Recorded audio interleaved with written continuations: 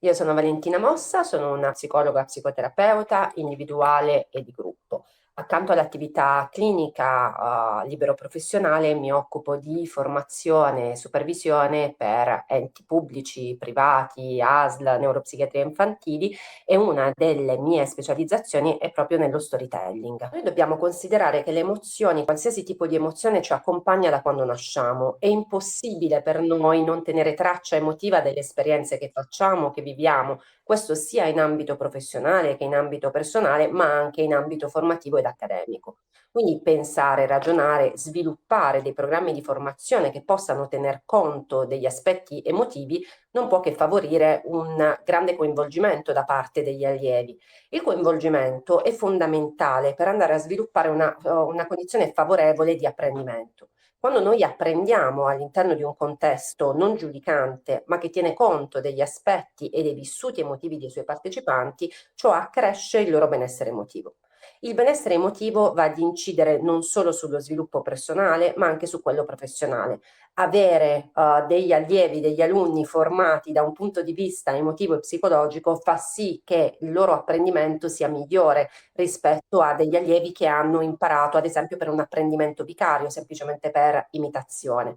Puntare quindi per noi su programmi che attenzionano questi aspetti risulta essere fondamentale.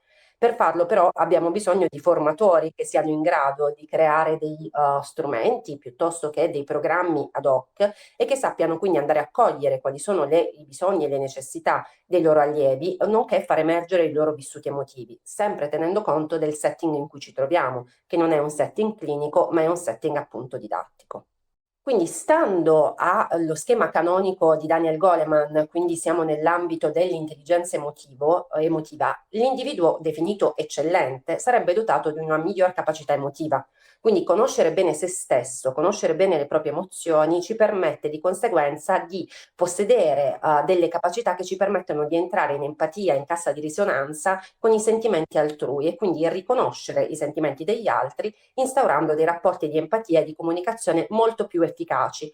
Ciò vale sia nell'ambito personale, familiare, ma anche nell'ambito lavorativo e delle relazioni interpersonali in generale.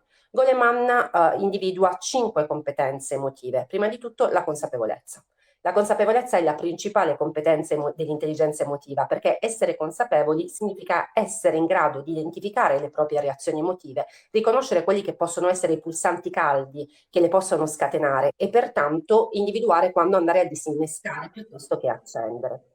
La seconda competenza emotiva è quella dell'autocontrollo e dell'autoregolazione, è un po' quello che ci siamo appena detti, è la capacità di resistere alle tempeste emotive che possono scatenarsi dentro di noi e quindi regolare il nostro stato emotivo anche a seconda della situazione in cui noi ci troviamo.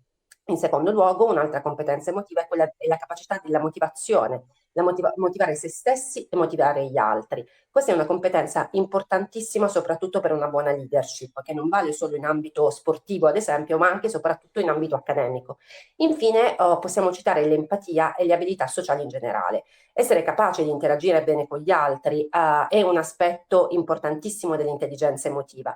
Questa va oltre la semplice comprensione, bisogna essere non solo in grado di comprendere lo stato emotivo altrui, ma entrarci in empatia, in cassa di risonanza e quindi poterlo utilizzare. Ciò ci permette di comunicare meglio e non solo tramite le parole, ma anche tramite, per esempio, i gesti e la comunicazione non verbale. Quali possono essere degli strumenti che ci permettono quindi di supportare gli educatori, i formatori, i facilitatori nel fornire un'educazione emotiva efficace? Possiamo ritrovarlo in alcuni strumenti dello storytelling, tipici dello storytelling o del digital storytelling. Potremmo pensare all'autobiografia, ma potremmo stare in una narrazione più ampia in cui utilizzare uno strumento come il digital va a coinvolgere da un certo punto di vista sia la capacità narrativa di chi lo sta utilizzando, ma soprattutto delle competenze, delle attività pratiche. Se noi torniamo a quello che ci dicevamo inizialmente, cioè il coinvolgimento, il digital storytelling ci permette di apprendere in una situazione di coinvolgimento, sia individuale che gruppale. Coinvolgere un allievo, un alunno, mentre sta svolgendo un'azione permette di memorizzarla meglio, di apprenderla meglio. Il digital ci fa muovere in un campo che è un campo relazionale, che è un campo simbolico, che è un campo concreto e reale, che ci mette in gioco. Mette in gioco il corpo, mette in gioco l'intelligenza, mette in gioco tutti i nostri sensi e questo ci permette di coinvolgere maggiormente le persone che abbiamo di fronte e quindi anche andare a strutturare per loro dei percorsi formativi che non risultano essere noiosi, ma che risultano essere più giocosi. Il gioco è una cosa seria, questo ce lo dice sia Gianni Rodari nella grammatica della fantasia, ma ce lo dice soprattutto Donald Winnicott, che è stato uno dei più grandi psicoterapeuti dell'età evolutiva.